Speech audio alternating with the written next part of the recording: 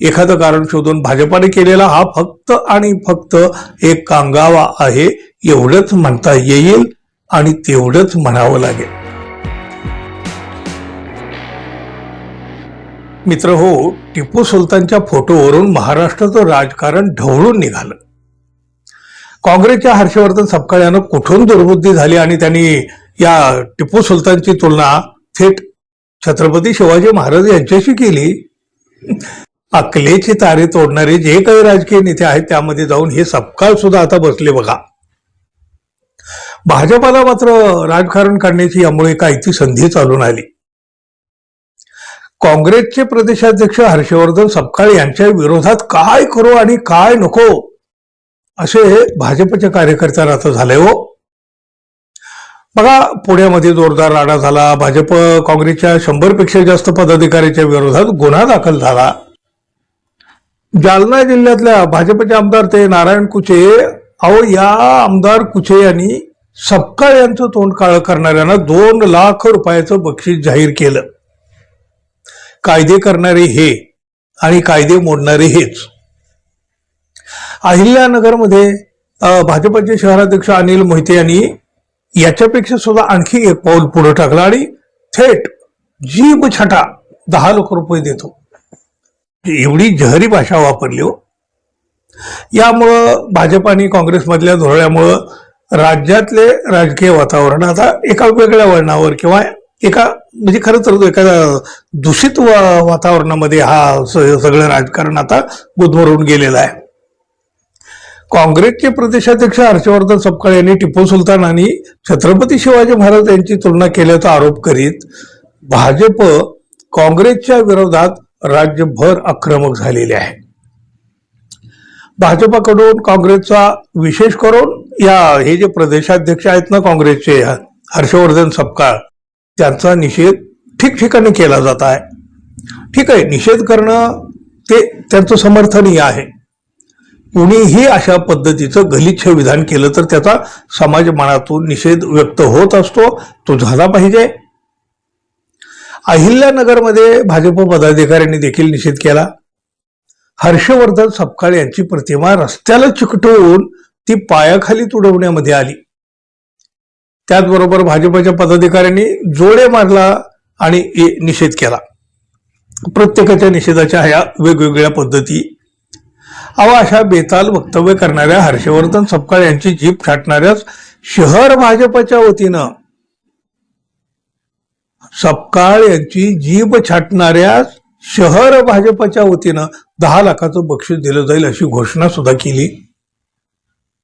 आता हे कुठल्या कायद्यात बसतं हे गृह खातं फडणवीस साहेबांच्याकडे आहे, ते ठरवतील ना. शिवछत्रपतींचा जय जयकार करीत हर्षवर्धन सपकाळ यांचा निषेध करण्यासाठी भाजप पुढे सरसावला. तसं पाहिलं तर सपकाळ यांचा निषेध सगळ्या स्तरातून होत आहे, तो व्हायला यावा. पण भाजपा का बरं एवढा आक्रमक झाला? याआधी भाजप असा आक्रमक कधी का नाही झाला? छत्रपतीवर प्रेम आहे म्हणून की मग हे हर्षवर्धन सपकाळ काँग्रेसचे आहेत म्हणून हे सगळं सुरू आहे? कुणी याला भाजपचं राजकारण म्हणतं, कुणी याला भाजपचं कांगावा म्हणतं. बघा, हे एक हर्षवर्धन सपकाळ बोलले हो तर अख्खा भाजपा त्यांच्यावर तुटून पडला.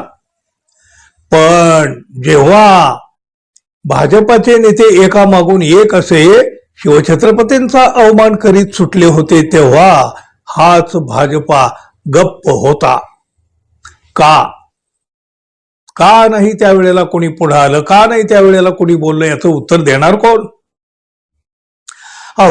पंतप्रधान नरेंद्र मोदी यांना आजके शिवाजी म्हटलं गेलं. तसं एक पुस्तक सुद्धा प्रकाशित केलं गेलं आहे.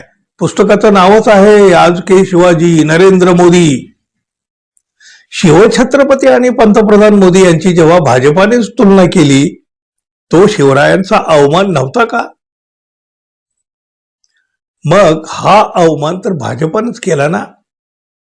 त्या छिंदम पासून प्रशांत कोरटकर पर्यंत अगदी त्या कोश्यारी पर्यंत अगदी या ज्या सगळ्यांनी शिवरायांचा अवमान केला हे तर सगळे भाजपचेच ना. राज्यपाल पदावर असताना सुद्धा भगतसिंह कोश्यारी यांनी नितीन गडकरी यांची तुलना शिवछत्रपतींशी केली. शिवरायांचा अवमान करणाऱ्या भाजपच्या नेत्यांची भली मोठी यादी तयार झालेली आहे ना हो. शोधा गुगलवर, बघा किती नावं येतात छत्रपतींचा अवमान करणारी, आणि ही सगळीच्या सगळी भाजपची आहेत. कालच्या व्हिडिओमध्ये तर यावर बोललेलोच आहे. हर्षवर्धन सपकाळ जे काही बोलले ते नक्की निषेधार्ह आहे, त्याचा निषेध झालाच पाहिजे. पण त्यावर सुरू झालेलं राजकारण किती समर्थनीय आहे. भाजपचे आंदोलन महाराष्ट्रभर सुरू आहेत. सपकाळ यांची जीभ छाटणाऱ्यांना बक्षीस जाहीर केले जात आहे. त्यांच्या तोंडाला काळं लावणाऱ्याला बक्षीस दिलं जात आहे, म्हणजे जाहीर केलं जात आहे. मग भाजपच्या नेत्यांनी आजवर बेलगाम वक्तव्य केली. छत्रपती शिवाजी महाराज यांच्यासह अन्य राष्ट्रपुरुषांचा सुद्धा अवमान केला. वाटेल तसे भाजपचे हे नेते बडबडले, त्याचं काय करणार. भाजपच्या नेत्यांनी शिवरायांचा अवमान केला तेव्हा यांना का नाही बरं राग आला. तेव्हा कुठे गेली होती यांची 10 लाखाची बक्षिसं, 2 लाखाची बक्षिसं, जीभ छाटा, तोंडाला काळे लावा. त्यावेळी यांना काही वाटलं नाही, त्यावेळी गुदगुल्या होत राहिल्या का. मग त्यावेळी यांना वाटलं नाही शिवरायांचा अवमान करण्याची जीभ छाटून पाठ टाकायला पाहिजे म्हणून, त्यांच्या तोंडाला काळं लावलं पाहिजे म्हणून. तेव्हा जर आजच्यासारखं कोणी भाजपावर रस्त्यावर जर आलं असतं ना, तर आजच्या आंदोलनाला निश्चितपणे एक अर्थ तरी आला असता. पण नाही घडलं, तसं नाही घडलं. आता काँग्रेसचे नेते बोलले तेव्हा भाजप समोर आला. भाजपाचे नेते बोलले त्यावेळेला यांचे कान बहिरे झाले होते, यांच्या तोंडाला चिकटपट्ट्या लागलेल्या होत्या. आणि त्यामुळं आज जे काही सुरू आहे ना, त्याला फक्त आणि फक्त राजकारण म्हणता येईल नव्हे, फक्त राजकारणच म्हणावं लागेल. आणि एखादं कारण शोधून भाजपाने केलेला हा फक्त आणि फक्त एक कांगावा आहे, एवढंच म्हणता येईल आणि तेवढंच म्हणावं लागेल. तुम्ही काय म्हणाल मित्रांनो, जरूर सांगा. धन्यवाद. पुन्हा भेटू. नमस्कार.